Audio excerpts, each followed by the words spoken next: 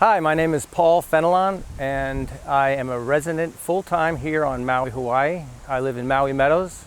I've lived in quite a few places. In fact, when I first moved here, I lived in Haiku for 5 years in the same place, up by Hanzawa store.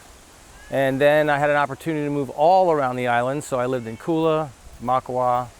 I was back in Haiku, I was in Kahului, I was in Waialuku for a couple months, and then I ended up in Maui Meadows. And I've had no experience on the west side or Hana, but I've visited those places. And I really enjoy Maui, and Maui's asked me to be here a long time ago. It was clear to me that I knew I wanted to live somewhere on an island, and the maps of Maui for some reason seemed to always pop up. And I even started to have them put them on my walls. I liked the idea of 2 volcanoes, and I don't know what it was, but I was drawn here a long, long time ago. So when I actually arrived here, someone said to me, "How do you like it? Are you going to move here?" And I hear that a lot. And I said yes. And to this day, some of those people that I run into still say, "Wow, you're really still here." So I do understand in the time that I've been here that you have to deal with your stuff. You have to be Pono. And Maui will either embrace you, hang on to you, or let you go. And I'm sure a lot of people have heard that. Well, I've been blessed to be able to stay. And it has been a challenge and it has been a struggle. I've done a lot of different jobs in my life that has brought me here to this moment. I started off as a respiratory therapist and I traveled. So I enjoyed working in hospitals as small as private 50-bed hospitals and as large as 500-bed teaching facilities in New England, California, Colorado, all in the New York metro area, North Jersey. So I got to experience a lot of what is considered health care in our country. And when I began to start to feed myself, because I didn't like the food that was being presented to me, and starting to read some labels, I began to really realize how important was what I was eating, as well as the quality of the air and the water that I was drinking. So I began to educate myself outside of university. And it seems to me that I had to unlearn some of the things that I was taught then.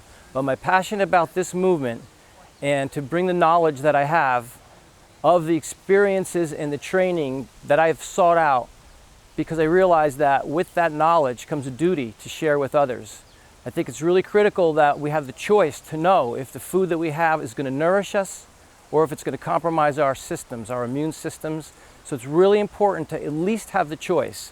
A lot of people are battling with it, and it seems to be a follow the money situation.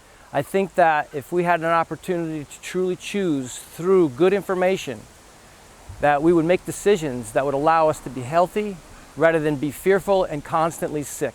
I think the chronic problems that people are having right now, and I as a personal chef, I do some personal chef work, and I see that people it's at the tipping point. They no longer want to spend money on food that they know is not making them feel good. They're getting in touch with the results of what the food is. They're not seeing it as entertainment anymore or just plain sustenance. They're beginning to realize it's a matter of what it's making them feel like and being able to do.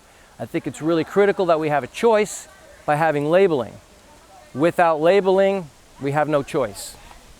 And it's really important for everybody on this entire planet. And everyone on this planet is looking to Maui for an example as to what we're going to do. We have the best growing possibilities, and we need to utilize them rather than being a terrarium and an experiment of poison. Thank you.